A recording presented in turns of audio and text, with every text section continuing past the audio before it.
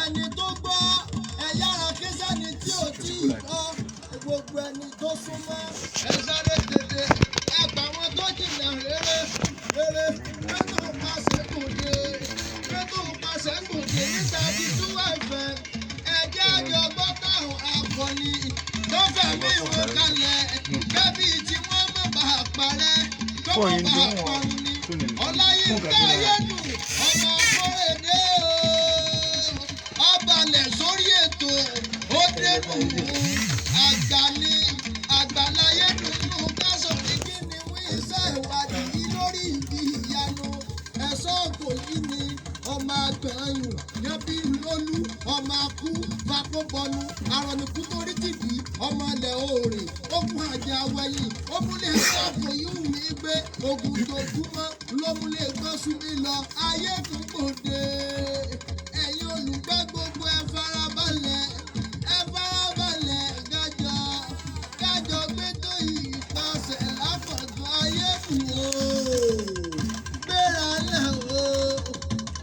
lẹ̀ o dìde.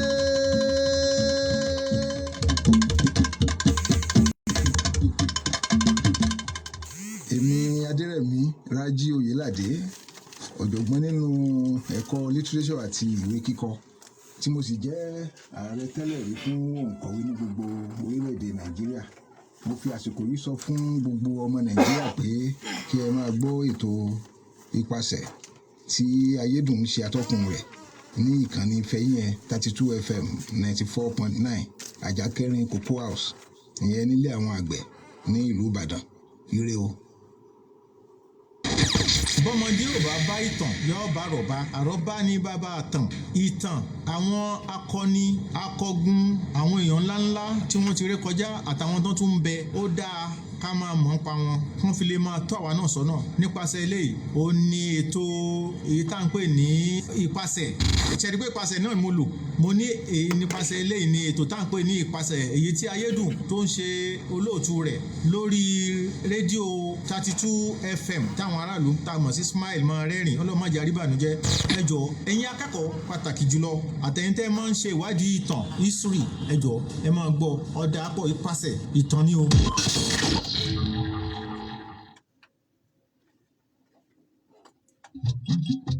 Òde lórí lówe pẹ̀lú orí pípé.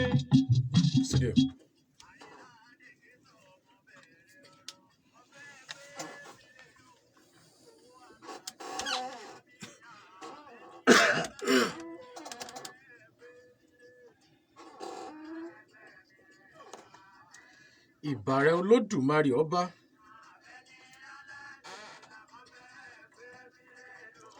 Onímọ̀ tó ń fìmọ̀ mọ̀ ni olóye tó ń fòye yé ni. Ọlọ́gbọ́n tí gbọ́n ni tá a fi kógo ayé já.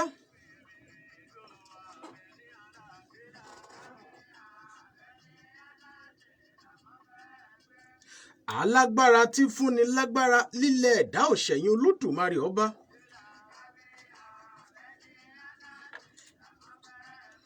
Ẹni tó bá mi bá fìmọ̀ nù láyé ń pè lólódo.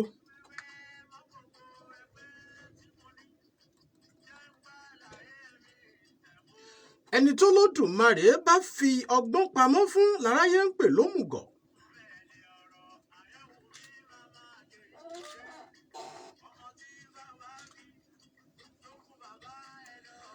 Ọba tó fìmọ̀ ṣó lórí ohun gbogbo nínú ayé.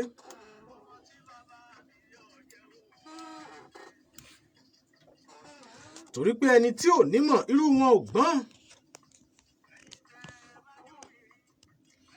Bẹ́ẹ̀ lẹni tí ò gbọ́n ò lè bá ní gbọ̀n yànù.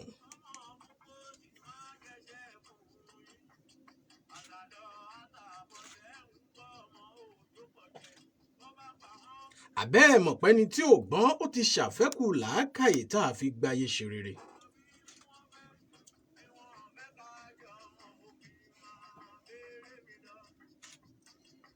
Èdùmàrè má jẹ́ ń gọ̀ má ṣọmọ mi lólódo.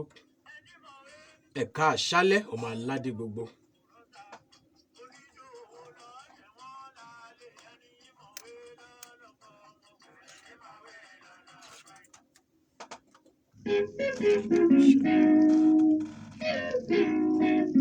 alẹ́lẹ́ tó lẹ́ ó ti ré kọjá o òkùnkùn tó farada ó dì mọ́lẹ̀ o mo gbóhùn ẹyẹ olódùmarè yìí tó ń ké ire ire ire. ẹyẹ ire ẹyẹ olùgbàlà òjíṣẹ́ olódùmarè ẹyẹ olóhùn méjì síbi kiri ló ń ké orí mi ò gbàbọdé ire ni mo yàn jíṣẹ́ owó jíṣẹ́ ọmọ jíṣẹ́ ilé òjíṣẹ́ aya jíṣẹ́ ayé àbáyé omi pẹ̀tẹ̀pẹ̀tẹ̀ bí etí odò mo ti gbọ́. ọmọdé ilé ẹ̀ka alẹ́ ẹ̀yin àgbààgbà ẹ̀ka aṣálẹ́ olókùnrin olóbìnrin ṣàlàáfíà ni mo tún bá yín lálẹ́ tòní.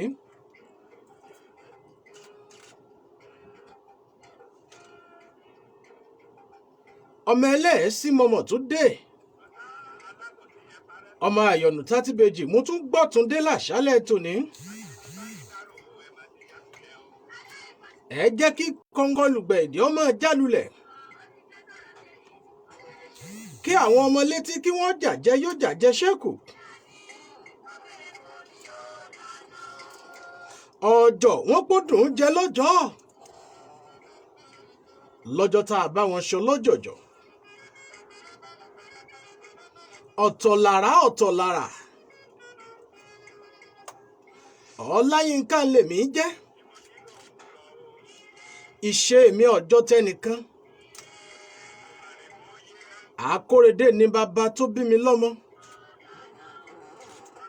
ẹ má fi mí wé wọn láyé ó yàtọ̀ gédégbé àpèlé ọkọ̀ àjẹrò ní Ayédùn ó jura wọn lọ kì í ṣètè ìyẹn gíní mi ìran àpáàdì wọn jẹ́ bá mi díwọ̀n ọjà akọ òkúta ni wọ́n ń pè mí àwọn akọ aláǹgbá wọn jẹ́ ṣakọ níwájú mi kànrànjọ́gbọ́n ni mí mo fi líle ṣọba àgbà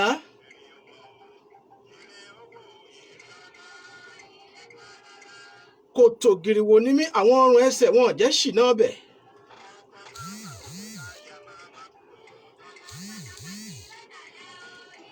ẹ wò ó bá gbárí ti jẹ́ kìkìdá egun kò ṣẹlẹ́gbẹ́ rẹ̀ eyín kò ṣẹlẹ́gbẹ́ rẹ̀ lágbárí.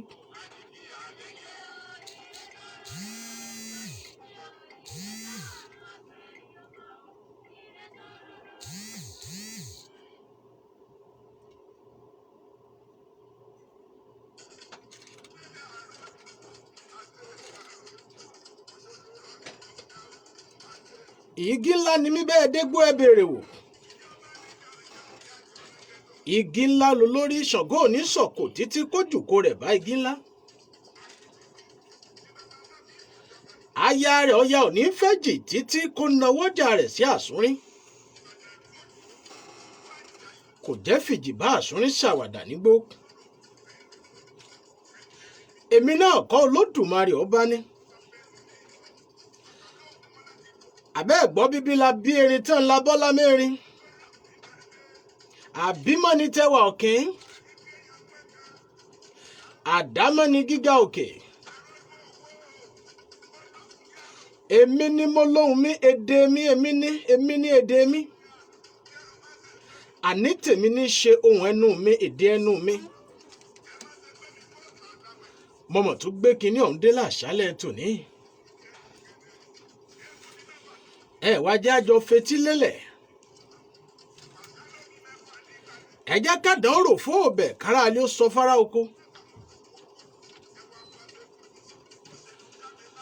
alára ẹ wí fún wọn nílà oòrùn àjèrò ẹ fiṣẹ́ mi jẹ́ níwọ̀ oòrùn ọ̀ràngún ò ẹ mọ́wọ́jà àròkọ mi ẹ mú dé gúúsù àríwá àárín gbùngbùn yíká orílẹ̀ àgbáyé gbogbo ẹ̀yin náà lẹ pé bá fẹ́ yóò kangi oko láàmọ̀nà bá a bá gbé kìrìn jẹgbẹ́ dọ́jà tọmọdé tàgbà ni wọ́n bá ní jò sìnkìrìmì ni afàìmọ́ni kó ni mọ́ra eṣin kì í mọni tí fi fọwọ́ bá ní ohun rere ńlá kéré fi pòjò ẹ fẹnu yọ̀ wí tèmi ẹlẹ́mbẹ̀wọ̀n ẹ kú kalẹ̀.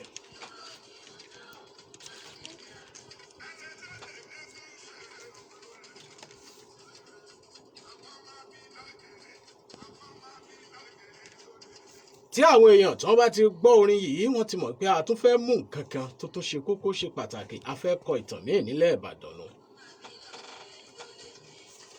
lórúkọ Káyọ̀dé Òbíṣẹ̀san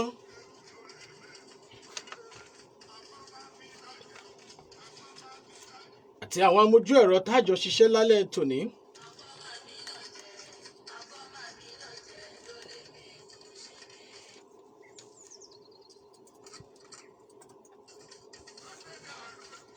Abíọ́dún Tìjàní Ìṣọ̀lá ẹ̀fọ́ ní ẹrù akéwì àwọn akọni ilẹ̀ Yorùbá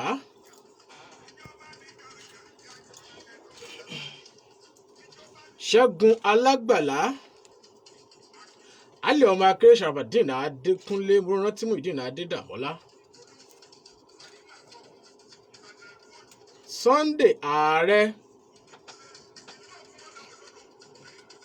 Ìfẹ́olúwa Abídèmí Àyàndìran ṣàlàáfíà ni adìẹ kì í tẹsẹ̀ kú kò sí tí ó ti ọ́ gbogbo àwọn ikọ̀ mi nìyẹn wa náà lásìjọ ṣe tí ó fi dòtí gbọ́gbọ́n fi kan sí lálẹ́ tòní. lórúkọ àwọn aláṣẹ àti olùdarí ìkànnì adẹ́rìnpòṣónú 32 FM 94.9 Àjàkẹ́rin kòkó ọ̀zùgbẹ́ ńlẹ̀ Ìbàdàn.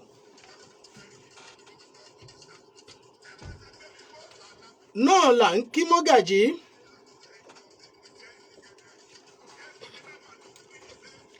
Olajuwon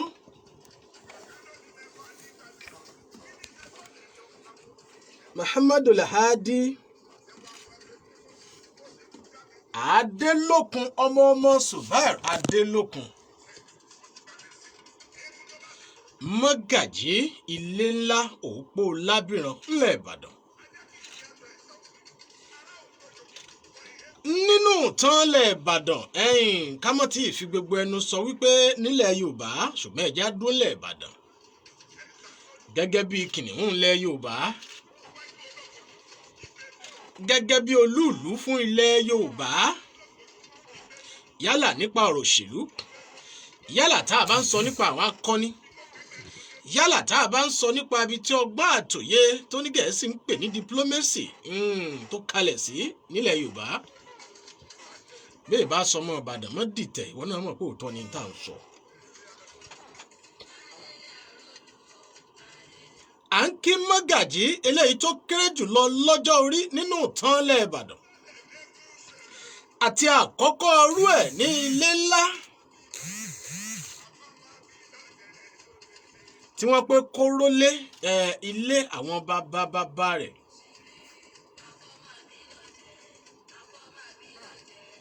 Mogaji Olajuwon Adelokun ẹjá ṣe báyìí ẹjá rojú ọjà tá a bá lọ tá a bá bọ̀ ńkọ́ ẹ̀fọ́ ní ẹ̀rọ ni ó bá wa fi ohun akéwì yóò bá wa fi kí Mogaji káàbọ̀ yóò bá wa fi gbé wọn wọlé a wá bẹ̀rẹ̀ ètò gbáà ẹ sì gbádùn Mogaji ẹlẹ́mbẹ̀wọ̀n ẹ kú kalẹ̀.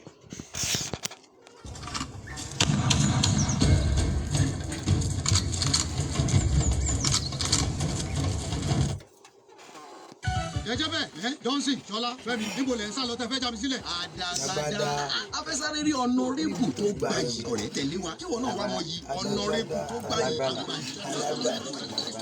ẹ dáadáa mọ̀ àṣé gbogbo ọ̀nàrẹ́bù fẹ́ẹ́ sí gẹ́gẹ́ bí ọmọ ìlú bàbá Datinade tẹsẹ̀ ọ̀nàrẹ́bù tó gbà yìí sọ́bí premium lagabia.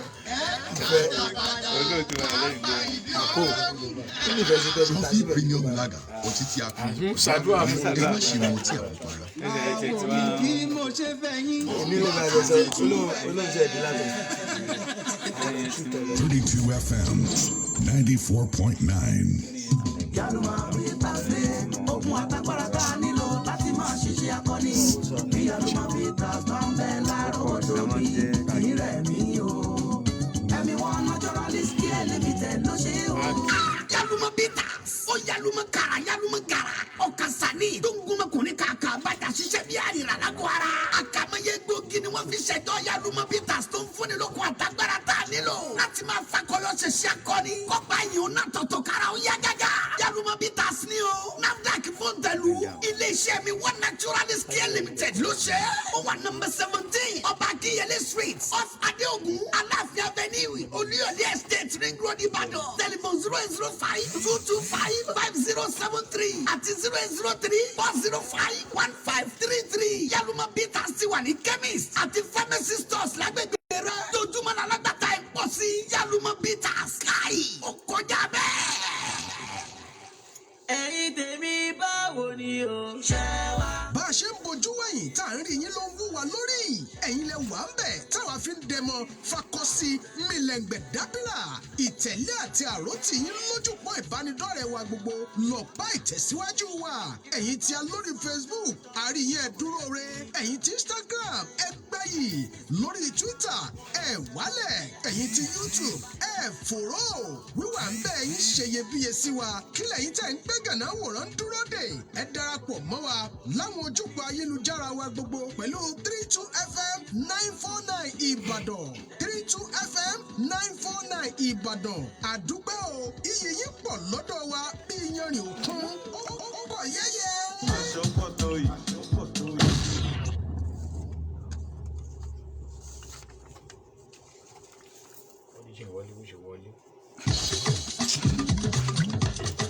Origin don't bring another one, no. Origin Herbal Gin. Gin wey get orishi herbs with ogbonge flavor wey con get better African taste wey dey ginger body. Start to dey jollificate with Origin Herbal Gin. Orishi herbs plus original gin for correct enjoyment. No sell am to person wey never reach 18 years. Drink with sense. Origin. Stay original.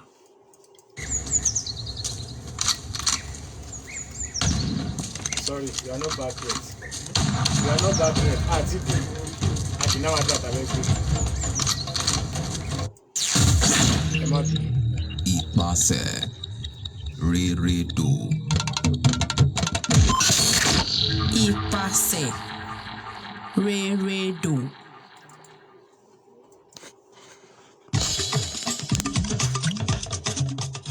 Origin Herbal Gin wò ọ̀nà àrà láti gbádùn jíìnì tó ní ojúlówó African root pẹ̀lú ìtọ́wò tó fọkànbalẹ̀ èyí tó jẹ́ pé o lè rí nínú Origin Herbal Gin nìkan. Origin Herbal Gin jíìnì tí kò lẹ́gbẹ́ bẹ̀rẹ̀ sí ní jẹ̀gbádùn Origin Herbal Gin jíìnì tá a ṣe pẹ̀lú ojúlówó African root fún àdùn tó kọjá gbogbo ìtọ́wò tó o ti rí tẹ́lẹ̀. Kò sí títà fún ọmọdé tí kò tó ọdún 18 má ṣe mu àmupara. Origin Walogidi.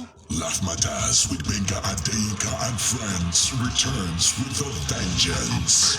Yeah. Featuring Nigeria's finest Q-Dot, Vector, Amababa, Dr. Smart, Azados, Mike Abdul, Baba Laria, Larry J, Bederu, Fabulous Peasy, Remote, Dr. Whiteberry, Paul the Good Guy, Olympia, Shete, Nepa Boys, Yemi Elesho, Barry J, BJ Sax, Baptista, and many more. Date, Easter Sunday, April 4th, Jogger Center, 3 p.m. Ticket, 3K, 5K, 10K, 250K, 500K. Tickets available at Hanson's Palms Mall, Ultima Restaurants, Ace Supermarkets, Grandex Stores, and online at areatickets.com.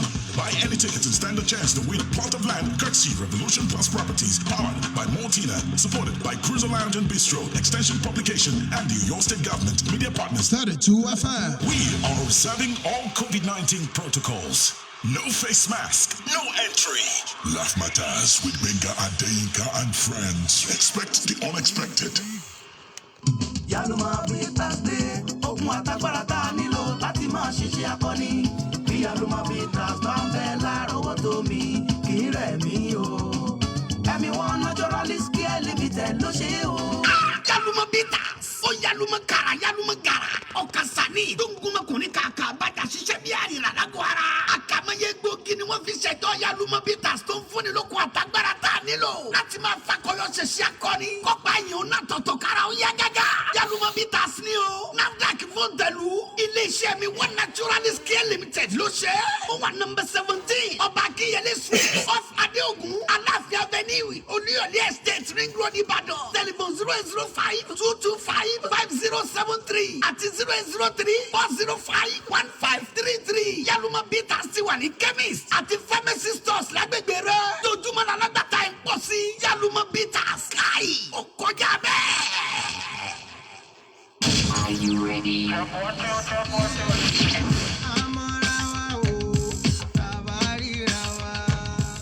When we look at the horizon, we see our followers. And as we keep looking, we are inspired to keep moving.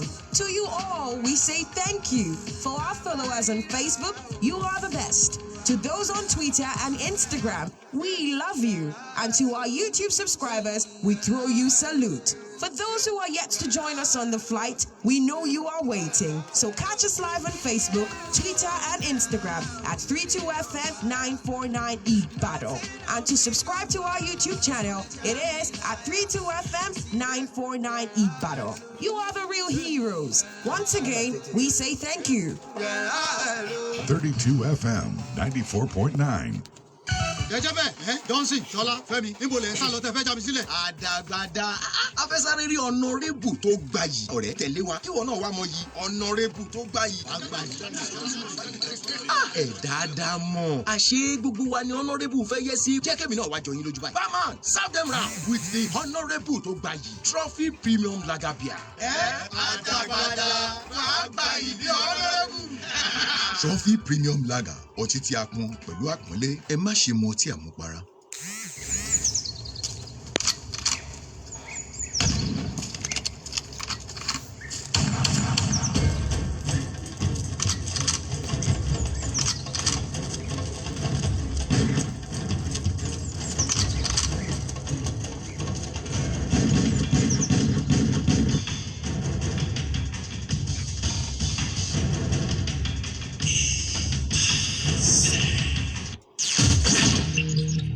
Ipasẹ Reredo. Ipasẹ Reredo. Ẹgbẹ́gbẹ́ rẹ̀ pé ó ti lé arówósọ àlùkò ṣe pẹ̀lẹ́ ó tó dé kó sún ẹ̀wù. Lékeleke mi tẹ̀lúdé tó tó dé kẹfún wá ẹkú lé gbogbo ọmọ yóò bá pátápátá kúrògòdò. Láyé nǹkan máa kórede. Wọ́n jẹ́ gbèjégbèjọ́. Àkókálẹ̀. Ẹ̀ndínlógún bí ọwọ́ fún.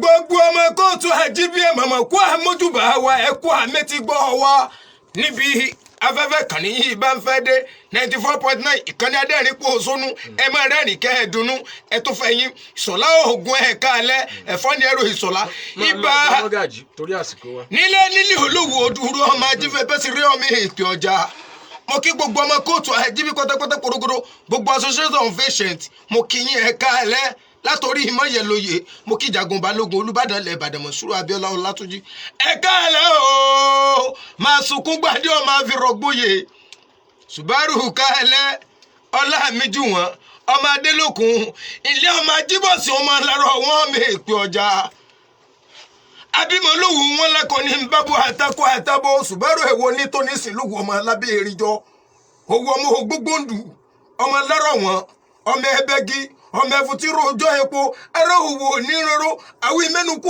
ní tòwú ọmọ alábẹ́ eríjọ ẹni ọkọ́kọ́ láńlé bàbá tó bí ọlọ́mọ lámìjú wọn ògùn ẹrú lóní ọláya eléyìí ni òbí mọ wọn gbé léyìí ni òní nǹkan kan ìyẹn tó tó lálẹ́ lẹ́ẹ̀kejì ológójì ìwọ̀fà eléyìí ni ọláya ṣùgbọ́n lówó lọ́wọ́ ọwọ́ ológójì ìwọ̀fà eléyìí ni òtó ní nǹkan kan lámìjú wọn ọmọ Adelokun sọ ń gbọ́ngbọ́rọ̀ ẹnu mi ìyẹn tó wá jẹ́ bí tálákà tí ó lówó lọ́wọ́ eléyìí ni lọ́wọ́ lọ lẹ́gbẹ̀ẹ́ táyà wọ́n wá sákẹ́kẹ́ wẹ́nẹ́ láàmìjú wọn ọmọ Adelokun wọn kàbàjá lẹ́ bàbá tó bí ọlọ́mọ àbàjọ wọ́pọ̀ ẹni rẹ̀ ní nǹkan alábàjá kárẹ́lẹ́ bàbá ńlá bàbá rẹ̀ ló sì là ń lajú ọkẹ́ ni mẹ́fà ọlọ́rẹ́ fi bọ̀ ọ̀sà ọmú kabọ̀ wọlé nígbà ọ̀dà àjì kùtùkùtù Subair o ọmọ olówó òdùdú ọmọ ajífẹ́ bẹ́sẹ̀rẹ́ ọmọ mẹ́jọ ọlágbé ọmọ adẹ́nípo ọmọ sẹ́kọ̀sọ́kùn tí ìjà rẹ̀ ọmọ kọ̀ọ̀kan kúkú olúmọ̀ọ́rẹ́ nílé Àjàyí òye sílẹ̀ Olúgbòde ibẹ̀ ni mò ń lọ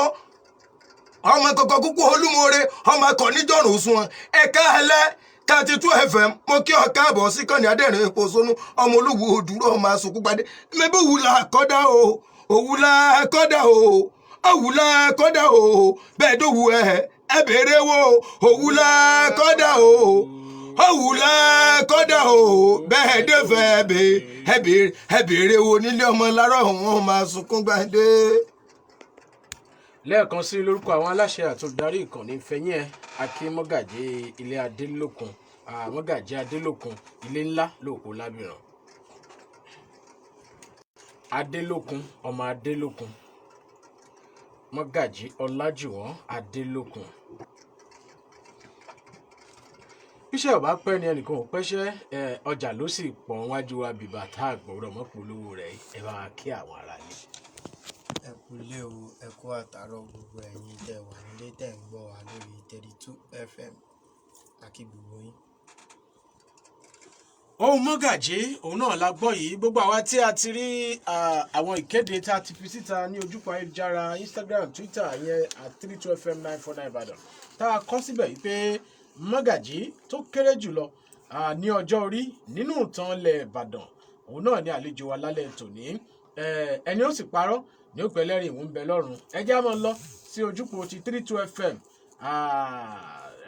32FM àyẹn 949 jẹ́ kí a máa lọ síbẹ̀ a rí wípé a rí àwòrán Mogaji ẹni ojúpọ̀ YouTube wa 32FM 949 Ìbàdàn a rí Mogaji a sì rí wípé bá a ti wí òun náà lórí torí àsìkò wa eléyìí tí ó pọ̀ jọjọ tá a gbọ́dọ̀ sọ pé ó kéré Mogaji wọ́n ní okùn kì í gùn títí kọ́mọ̀ níbi tá a ti fà á wá ìwádìí sọ fún wa wípé bàbá yín eléyìí tí wọ́n tẹ̀lé akọni Oyèsílé Àjàyí Oyèsílé Olúgbòde wọlé Ìbàdàn ń jò ní gẹ́gẹ́ bí àwọn ìran Òwu nílẹ̀ Ìbàdàn wọ́n ní Adéfakùn ní jẹ́ wọ́n sì gbé onìkan kọ́ ló déńjọ́ náà lọ́hùn wọ́n ló ẹ̀gbọ́n rẹ̀ ní ẹ̀pẹ́ àpèlé ọkọ rẹ̀ ní Àkótó ó tún ní àbúrò yẹn ni pé bàbá ńlá yín ń bẹ láàrin àwọn ẹ̀gbọ́n àti àbúrò rẹ̀ ni wọ́n ń pè ní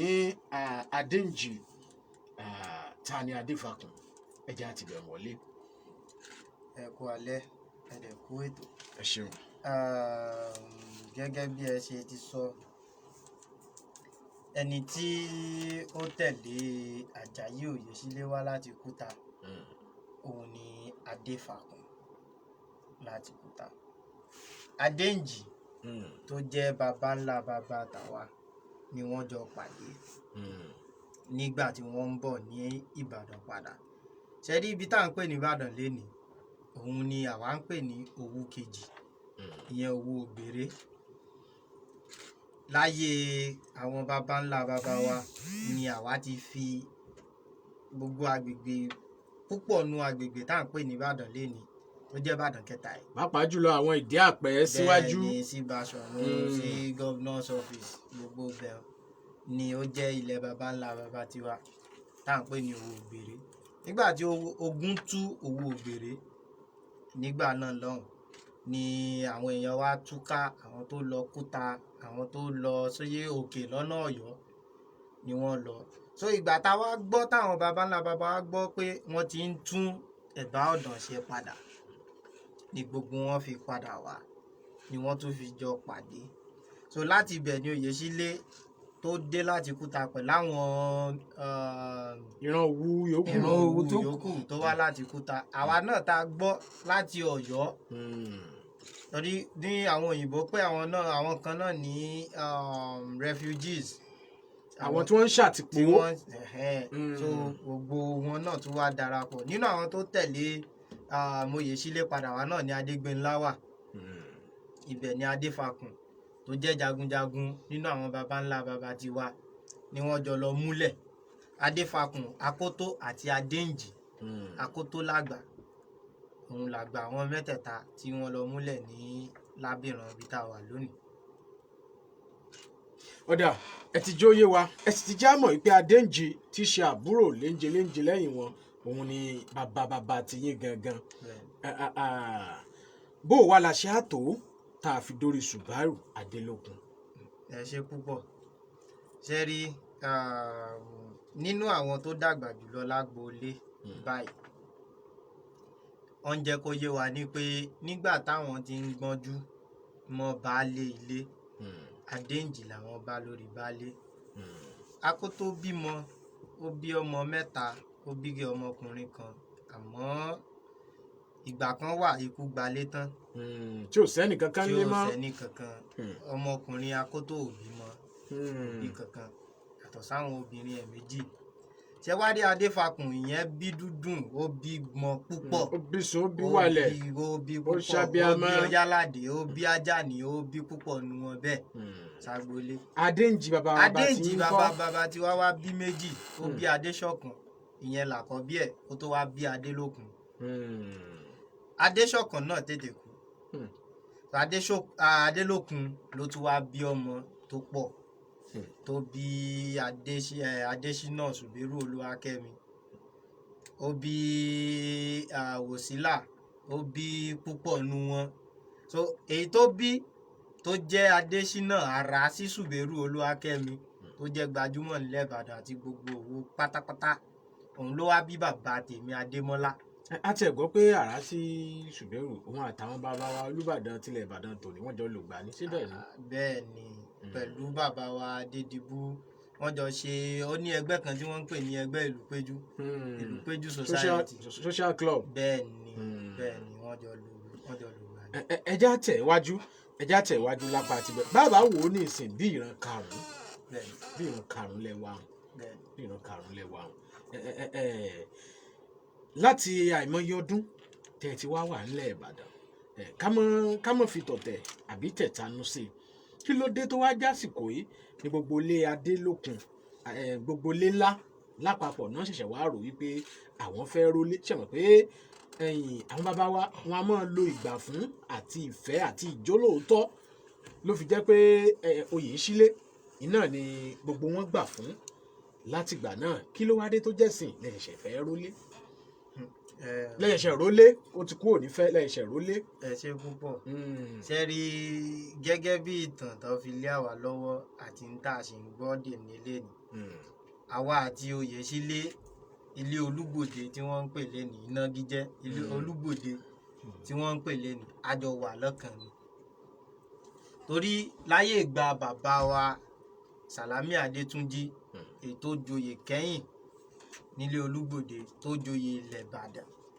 tí wọ́n bá ń joyè nílé olúgbòde ńgbà náà ẹ ní mọ̀ bóyá agboolé ńlá ni wọ́n ti ń joyè ní àbí tabalẹ̀ torí tí bàbá tó bá ti lọ gbéwé oyè ní ìsàlẹ̀ Ìjẹ̀bú lọ́dọ̀ Alẹ́ṣinlọ́yẹ́ nígbà náà ilé bàbá àgbà ni wọ́n kọ́ gbé wọ̀ ní ilé ńlá kí wọ́n tó wá máa darí lọ sílé olúgbòde àjọ wà ní ẹbí ni ẹ lè mọ̀ yàtọ̀ èwo ni yàtọ̀ nínú ilé olúgbòde àti ilé ńlá ṣé bí wọ́n ti ń joyè ni bí bàbá ti wá Adélokun Àkànní àti Adédìran Àjàní bí wọn bá ti gẹṣin déta baálẹ̀ bàbá olóyè ò ní bọ́ sórí ẹṣin láti máa lọ gbéwé oyè so àtijọ́ wà tóra àjọ dé ni àdẹ̀jọ́ ń ṣe títí dìnsìn ẹbí kan náà ni.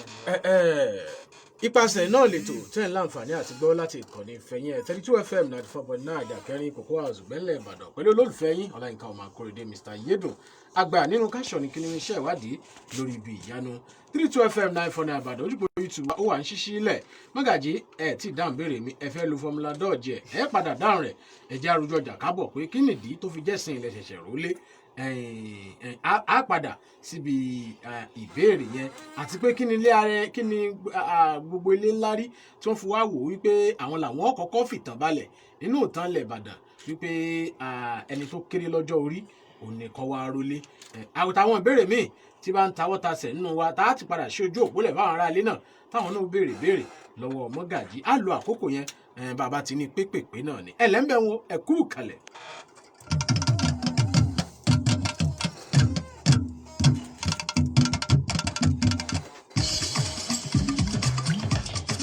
Mhd-l-Ahdi gene wò ọ̀nà àrà láti gbádùn gene tó ní ojúlówó African root ìtọ́wò tó fọkànbalẹ̀ nínú Mhd-l-Ahdi gene nìkan Mhd-l-Ahdi gene tí kò lẹ́gbẹ́ bẹ̀rẹ̀ sí ní jẹ̀gbádùn Mhd-l-Ahdi gene tá a ṣe pẹ̀lú ojúlówó African root fún àdùn tó kọjá gbogbo ìtọ́wò tó ti rí tẹ́lẹ̀ kò sí títà fún ọmọdé tí kò tó ọdún méjìdínlógún má ṣe mu àmupara. Origin wà lóògùn.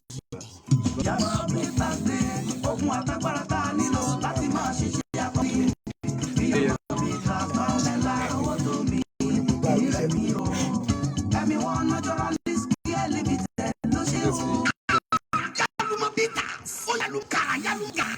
ní. gbọ́kùnrin kára bàjá ṣiṣẹ́ bí àrìrà lágọ̀ ara. àkàmọ́yé gbòógì ni wọ́n fi ṣẹ̀dọ̀ Yalumọ bitters tó ń fúnni lókun àtàgbára tá a nílò. láti máa fakọyọ ṣẹṣẹ akọni. kọ́pá yìí ó náà tọ̀tọ̀ kára ó yá gágá. Yalumọ bitters ni o.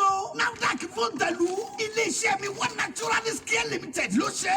ó wà nọ́mbà 17 ọba akínyẹlé street off Adelokun Aláàfin Avenue Olúyọ̀lé estate ring road Ìbàdàn. telephone 08052255073 àti 08034051533. Yalumọ bitters ti wà ní chemist àti pharmacy stores lágbègbè rẹ̀. lójúmọ́ náà lágbàtà ẹ̀ pọ̀ sí Yalumọ bitters káyì ó kọjá bẹ́ẹ̀. máa wò mí bí mo ṣe fẹ́ yín. mo ń bọ́ 32 FM. 32 FM 94.9. jẹjẹ bẹ́ẹ̀ Johnson Ṣọlá Fẹ́mi níbo lẹ ń sá lọ tẹ fẹ́ já mi sílẹ̀. àdàgbàdà afẹsáré rí ọ̀nàrẹ́bù tó gbayì ọ̀rẹ́ tẹ̀lé wa kí wọn náà wá mọ yìí ọ̀nàrẹ́bù tó gbayì. ẹ dáadáa mọ̀ àṣé gbogbo wa ni ọ̀nàrẹ́bù fẹ́ yẹ sí jẹ́kẹ́mi náà wá jọ yín lójú báyìí. bama serve them round with the ọ̀nàrẹ́bù tó gbayì trophy premium lager beer. àdàgbàdà wàá gbayì bí ọ̀nàrẹ́bù. Trophy premium lager ọtí tí a pọn pẹ̀lú àpọ́nlé ẹ má ṣe mu ọtí àmupara. Ipasẹ Reredo. ẹ kú etí gbọ́ Ipasẹ ń tẹ̀ wájú láti ìkànnì ìfẹ́yìn ẹ̀ 32 FM 94.9. ẹ má gbàgbé pé àwọn ojúpọ̀ ìkànnì ìbánidọ́rẹ̀ẹ́ wa ó wà ń ṣíṣílẹ̀ engineer Abdulwahab Daoud it Abẹ́kẹ́ Ọláọlọ́run ọmọọlá Kenny Bishop Ọlájùmọ̀kẹ́ Mutiat Jumi Samuel Olúṣẹ́gun Adéyẹmí Ọ̀ṣọ́kùnrin Adéọlá Elizabeth Rashida Alabi Degenerated Ọlámilékan Lékan Ara TV gbogbo wọn pátá wọn darapọ̀ mọ́ wa àti àwọn míì tí wọ́n ń wò wá ṣùgbọ́n tí wọ́n kọ nǹkan kan ti bí pé bóyá a rí orúkọ wọn akínyìn ẹ̀kú ètí gbọ́ Mogaji ẹja ibi abábágogi náà là á bá sọ̀tà ẹja mú ìbéèrè yẹn kúrò ńbẹ̀ kí ni gbogbo ilé ńlá rí tí wọ́n fi wí pé àwọn náà fẹ́ rólé. ẹ ṣe púpọ̀ wọ́n rí i pé àsìkò tó náà ni. àsìkò tó bí àsìkò àti ṣe gábá ti tó ojú òmùsùn yọ là dandan ẹja kù lórí èèyàn kí ni wọ́n wá rò papọ̀ tí wọ́n fi wá ní ẹ̀yìn lọ́kàn. nǹkan tí wọ́n rò kò pọ̀ jù torí pé èrè ń tà wá ń jẹ ní dáadáa tí àwọn bàbá wa àti àwọn bàbá wa ti ṣe lẹ̀ lọ́ fi wò ó pé tásìkò bá tó tá a rò lé o àwọn ọmọ Suberu nìkan wá rò. Mogaji ṣé kì í ṣe àtìmọ́ ṣe bọ pé bàbá yín àti Olúbàdàn wọ́n jọ wà pọ̀ àbí torí pé ìyá bàbá yín wọ́n jẹ́ ọ̀tún ìyálóde náà fi wá ní dandan ẹ̀yin ni wọ́n ṣàgbélé ẹbí lọ́rùn tí èsì bẹ́ẹ̀ ṣá. àwọn aráalé ńlá gan ò tí ì mọ gbogbo nǹkan báyẹn títí wọ́n fi rò pé àwọn ò gbárùkù tiwa. ẹ má já àwọn aráalé ọgbọ́ ẹ tọ́ ẹni ọdún mélòó báyìí. màá tó bíi 27. ọdún mẹ́tàdínlọ́gbọ̀n. bàbá wa sọ wípé Mogaji tó kéré jù nínú ìtàn ilẹ̀ Ìbàdàn ṣe rí pé kì í ṣẹnu kì í ṣètì bọ́ọ̀lì. Mogaji tá a bá ní ká wò ó pẹ̀lú ọjọ́ orí yín yìí báwo ni kò ṣe rí lẹ́mìí yín lójú yín lára yín lórí yín. èmi máa rí i pé kò sí nǹkan tí ó pọ̀ jù fún ọ̀dọ́ láti gbé. kò sí ní tó pọ̀ jù fún ọ̀dọ́ láti gbé mo rò pé o mú gègé àti tákàdá o dẹ̀ ká á lẹ̀ kò sí ní tó pọ̀ jù fún ọ̀dọ́ láti gbé ohun yẹn nìyẹn bó o bá tiẹ̀ rí nǹkan kan mú lálẹ́ ẹyọ̀ kan yẹn ti tó kò sí ní tó pọ̀ jù fọ́dọ̀ láti gbé o gbúdọ̀ ní ìgboyà mò ń gbádùn yín Mogaji kò sí ní tó pọ̀ jù fọ́dọ̀ láti gbé lẹ́ẹ̀fi rí bí nǹkan tí ó tóbi jù fún ẹ̀mí yín. a dúpẹ́ lọ́wọ́ Ọlọ́run pé ẹsẹ̀ táwọn bàbá wa ti fi ilẹ̀ náà là ń tọ̀ kò jẹ́ tuntun sí wa kò já mọ́ nǹkan kan. Mogaji bàbá bini léèrè ẹni gbogbo ńlẹ lóòótọ́ kẹ́ ẹ bọ́lá ńlẹ bó lẹ́ẹ̀tì mọ́ bó ọgbọ́n wò lẹ fẹ́ dá sí i àbí ojoojúmọ́ làwọn èèyàn wà máa gbé bùkátà àbáyẹn lórí ilé ẹ sì máa gbọ́ dandan ni ẹ gbọ́dọ̀ lé wọn dànù. bẹ́ẹ̀ni n tó bá rúyàn lójú náà lèyàn ó béèrè. bẹ́ẹ̀ ni. ṣẹ́rí èèyàn kan wọ́n fi joyè àmọ́ igbe èèyàn ní bẹ lẹ́yìn rẹ̀. èèyàn ní bẹ lẹ́yìn ọba tá à ń pè lálẹ́ ìbá. bẹ́ẹ̀ni ìyẹn ni wípé gbogbo ilé ńlá ni wọ́n ṣe àtìlẹ́yìn fún yín. Olódùmarè náà ó sì kún yín lọ́wọ́ ń tì í lẹ́yìn. n ò ní fẹ́ dá nìkan jẹ́ ní tí mo gbé wá ẹ já ṣe ojú òpó lẹ̀ káwọn ará ilé kí wọ́n béèrè lọ́kàn àbí èjì lọ́wọ́ yín kó tó wá di pé a tún fẹ́ kẹ́ ẹ dáhùn béèrè kan sí méjì sí lápò ọ̀dọ̀ tèmi náà 0906 2000 949 0906 2000 949 wọ́n á jẹ́ pé láti ilẹ̀ òkèèrè ní +234 906 2000 949 080 7000 949. Hello, ẹ kálẹ́ o. Hello. Hello, ẹ kálẹ́. Oore láti apá ọ̀dọ̀ wọn. 0906 2000 949 bóyá ní ìbéèrè kan àbí méjì tá a fẹ́ bi Mogaji Olajuwon Adelokun ọmọ Adelokun Subair tí wọ́n jẹ́ Mogaji ilé ńlá òpó lábìrán ńlẹ̀ Ìbàdàn tíá 0906 2000 949 tàbí +234 906 2000 949 0809 7000 949 adẹ̀lẹ̀ fi ìbéèrè wa sí ojúpọ̀ ti YouTube wa náà 32FM 949 Ìbàdàn ibikíbi náà ni ìbéèrè wa ni ó lè bá yọ. Hello, ẹ káalẹ́ o. Orúkọ yín àti ibi tí ẹ ti ń pè. Gbẹ̀nlá ìbéèrè wo lẹ ní fún Mogaji?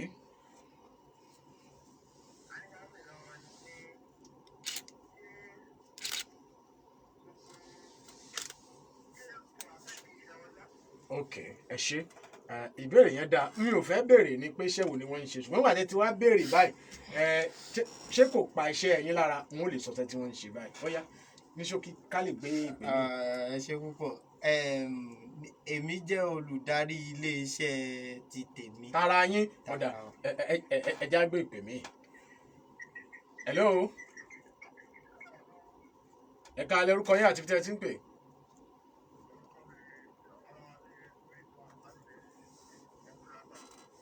Ẹ ṣeun.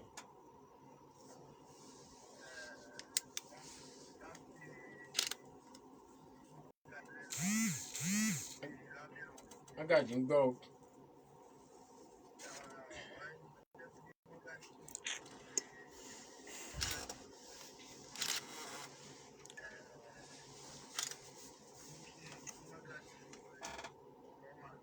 Ọ̀dà ẹ ṣé o Mogaji náà ń gbọ́ bẹ́ẹ̀ tí ń kí wọn.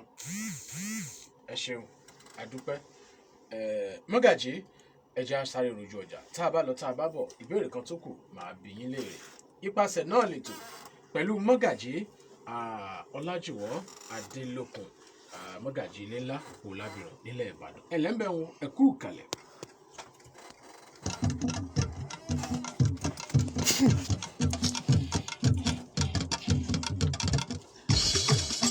Origin náà ni láì náà mú. Origin don bring another one o Origin herbal gin. Gin wey get orishirishi herbs with ogbonge flavour wey come get better African taste wey dey ginger body. Start to dey jollificate with Origin herbal gin. Orishirishi herbs plus original gin for correct enjoyment. No sell am to person wey never reach 18 years. Drink with sense. Origin stay original. Báwo mi bí mo ṣe fẹ́ yín. Mo ń bọ́ láti 32 FM 94.9. jẹjẹ bẹ́ẹ̀ Johnson Ṣọlá Fẹ́mi níbo lẹ ń sá lọ tẹ fẹ́ já mi sílẹ̀. àdàgbàdà afẹsáré rí ọ̀nàrẹ́bù tó gbà yìí ọ̀rẹ́ tẹ̀lé wa kí wọn náà wá mọ yìí ọ̀nàrẹ́bù tó gbà yìí. ẹ dáadáa mọ̀ àṣé gbogbo wa ni ọ̀nàrẹ́bù fẹ́ yẹ sí jẹ́ kẹ́mi náà wá jọ yín lójú báyìí. Barman serve them round with the ọ̀nàrẹ́bù tó gbà yìí trophy premium lager beer. Trophy premium lager ọtí tí a kún pẹ̀lú àpọ́nlé ẹ má ṣe mu ọtí àmupara. Studio ẹ káàbọ̀ látọjú ọjà Mogaji Olajuwon léyìí tí orí gbé yín dépò ọlá orí gbé yín dépò aṣáájú torí wọ́n ní orí tí ó dádé inú àgùdẹ ní ti yọ wá ọrùn tí ó lè dìgbà àlẹ̀kẹ̀ inú àgùdẹ ní ti yọ wá orí ló ṣe é bẹ́ẹ̀ tó fi yín sípò kí ni àfojúsùn yín kí sì lè kí àwọn ọmọ ilé ńlá lápapọ̀ kí wọ́n mọ retí lásìkò tí ẹ di àrólé fún àwọn baba ńlá yín. Ìgbà ọ̀tun ti dé oríṣiríṣi nǹkan tuntun development ìdàgbàsókè àti ìfẹ́sowápọ̀ so gbogbo nǹkan tí wọ́n máa expect náà nìyẹn. Tí wọ́n máa retí nìyẹn. Internet ti gbégbèsè lé lórí tán tí ń rí àtúnṣe lórí rẹ̀. Ọ̀dà ẹja mú ìpè kan àbí méjì sí kó tó di pa àmọ́ lọ. Ẹ̀lú ẹ káalẹ́. Orúkọ ẹ̀yin rédíò yín ẹ pa àbí kẹ́ jìnnà sí.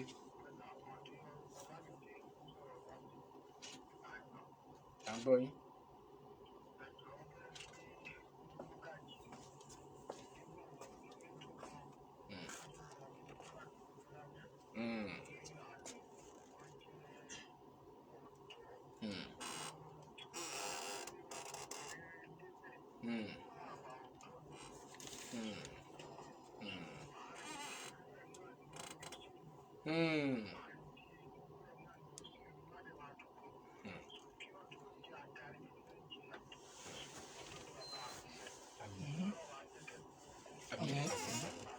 Àmì àṣẹ. Ẹ ṣeun.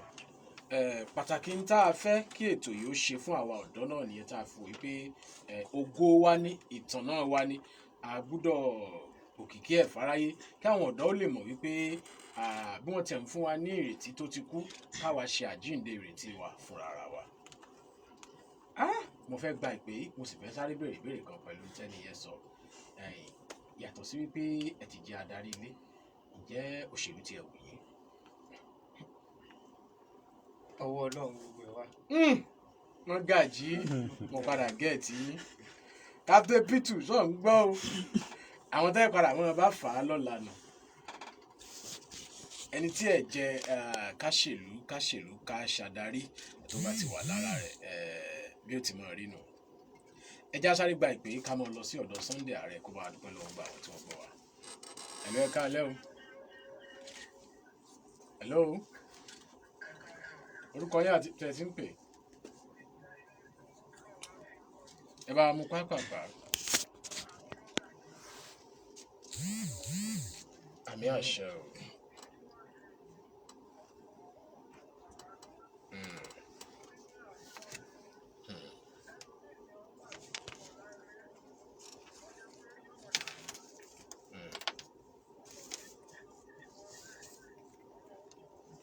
Àmín.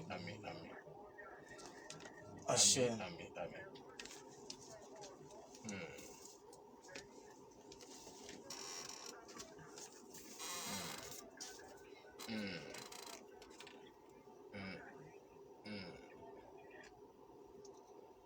Kí wọ́n fi ṣe àríkọ́gbọ́n àríwòye àti àrísàmì ẹ ṣeun gan láti ìlú Ọ̀yọ́. Mogaji ẹgbà ilé kẹ́ fi máa wọ ọ̀kan lọlé ṣe ti láyà ṣe ti lólórí. Bẹ́ẹ̀ni. Ẹ ti lólórí. Bẹ́ẹ̀ni. Kódà Olúwa ó jẹ́ yóò ṣe yín lọ́rọ̀ ara yín pẹ́. Lórúkọ àwọn aláṣẹ àti olùdarí ìkànnì ìfẹ́yìn lẹ́ẹ̀kan sí Ilá kí Mogaji Olajuwon Mhd-l-Ahdi Adelokun ọmọ Subair Adelokun. Akí gbogbo àwọn tó ń bá wọn kọ́wọ́ rìn Olúwatósìn Adelokun ṣólórí inú. Bẹ́ẹ̀ni. Kò ní bàjẹ́ o akínyìn o ẹ ṣiṣẹ́ ìbípẹ́ láàfin o Kókà Júmì Àjàyí Adéyẹmí Basit Subair ẹ mú ìdílé láṣẹ Ìdùmarè ẹ gbé adé wọ ilé ńlá ẹ gbé ọ̀pá àṣẹ wọlé ńlá ààfin Olúbàdàn yóò lálẹ́ ònílé ńlá orí tí náà ni ó sì jẹ́ láṣẹ Ìdùmarè. Sunday Ààrẹ bá a dúpẹ́ lọ́wọ́ àwọn tí wọ́n gbọ́ wa. Bálẹ̀ bá kó gbájú àròkùn kan ahun yàyà ìran ẹ̀ fúfúlẹ̀lẹ̀ tó gbá kó gbájú àròsà bóòlù bá lu ṣọtán ẹni kọ̀kọ̀ níndà. Wọ́n pàtàkì lọ́wọ́ Ọlọ́run ọba mi Èdùmàrè wọ́n pàtàkì lọ́wọ́ ẹ̀yin olólùfẹ́ ètò yìí. Wọ́n pàtàkì lọ́wọ́ gbogbo olólùfẹ́ Ọláyínká Àkórèdé lórí ètò Ipasẹ ní ìkànnì 32 FM 94.9 Ìbàdàn. Lágbára Ọlọ́run ọba mi Èdùmàrè àdísú ara wa. Sunday Ààrẹ ló kọ tèmi àdúpẹ́ gbígbọ́. Ọláwálé Ọláwálé Ismail MC Foka àti gbogbo àwọn tí wọ́n láǹfààní àti darapọ̀ mọ́ wa lálẹ́ ètò ní gbogbo ìpátá náà la dúpẹ́ fún. àmọ́ lọ ànílọ̀lọ́ ẹja tó lọ títí tí ò dénú bó ànílọ̀lọ́ kọ̀ǹkọ̀ tó lọ títí tí ò dálẹ̀ odò ànílọ̀lọ́ kègbè tó fọ́ sẹ̀bá náà tí ò lè bómi délé. Àtẹ̀mí àti àtúnjọ firi pàdé tátùmọ̀ mú ọ̀tún mi wá lórí ètò Ipasẹ̀ ní ọjọ́ mẹ́jọ. Àmọ́ ẹ má yín kú ń bẹ́ẹ̀, ẹ má gbé kú ń bẹ́ẹ̀, ẹ túbọ̀ máa gbọ́ ìkànnì ìfẹ̀yìn ẹ̀ 32 FM 94.9 Àjàkẹ́rin gbogbo àwọn òṣùwọ̀n ilẹ̀ Ìbàdàn. Tẹ́tùmọ̀ pàdé èmi ọmọ yín olólùfẹ́ yín Ọláìkọ́ wa kúrẹ́dẹ́ MrAyedun ó di lórí àtúpalẹ̀ ìwé ìròyìn ojoojúmọ́ ọ̀lẹ́ wa tèmi ti Bàmí Fẹ́ńdọ̀ lórí ètò Bàbá Fẹ́ńdọ̀ ní ọjọ́ Ajé Monday. Ó tó gẹ́ látàárọ̀ wọn mọ̀ relé lọ bá aya mi Àṣàkẹ́ lọ́ọ̀dẹ̀. Orúkọ gbogbo àwọn ikọ̀ mi náà ni mò ń kí yín pé ẹ ṣeun àdúpẹ́ ìfẹ́ tẹ́ fi gbà wá. Mo kí ẹ̀gbọ́n mi dáadáa Mhd-l-Ahdi Ọlárìnwájú Bákàrè Bèkí fúnra rẹ̀. A lọ ṣe àdúrà a sì jẹ àwẹ̀jẹwẹ̀ mu lọ́la lọ́dọ̀ Bèkí ó ń sílé ó ń ṣàdúrà lé tuntun. Kì í pọ̀ ẹ fi ẹ̀mí gígùn àti àlàáfíà ara ẹ fi lo dúkìá náà. Kò ní gbóná mọ́ yín àbúrò kan ò ní ṣe yín bẹ́ẹ̀. Bẹ́ẹ̀ ni mò ń kí àwọn ìbejì ọ̀ràn kan ṣoṣo tá a ní lórí rédíò. Emmanuel Bíkúnlé eléré ọba tòun ti Samuel Bíkúnlé arúgbó boys Bíkúnlé live in concert. Wọ́n dá nǹkan mọ́ nílẹ̀ Ìbàdàn lọ́la. Ilẹ̀ Ìbàdàn gbàlejò èyí tẹ́ ẹ fẹ́ ṣe ẹ̀ ní kábàámọ̀ àbúrú ń bẹ ikú ò sì ní pa yín méjèèjì. Ẹ wo mo débi náà mo dá ń dúró dàárọ̀ ọ̀rọ̀ ayọ̀ lásán.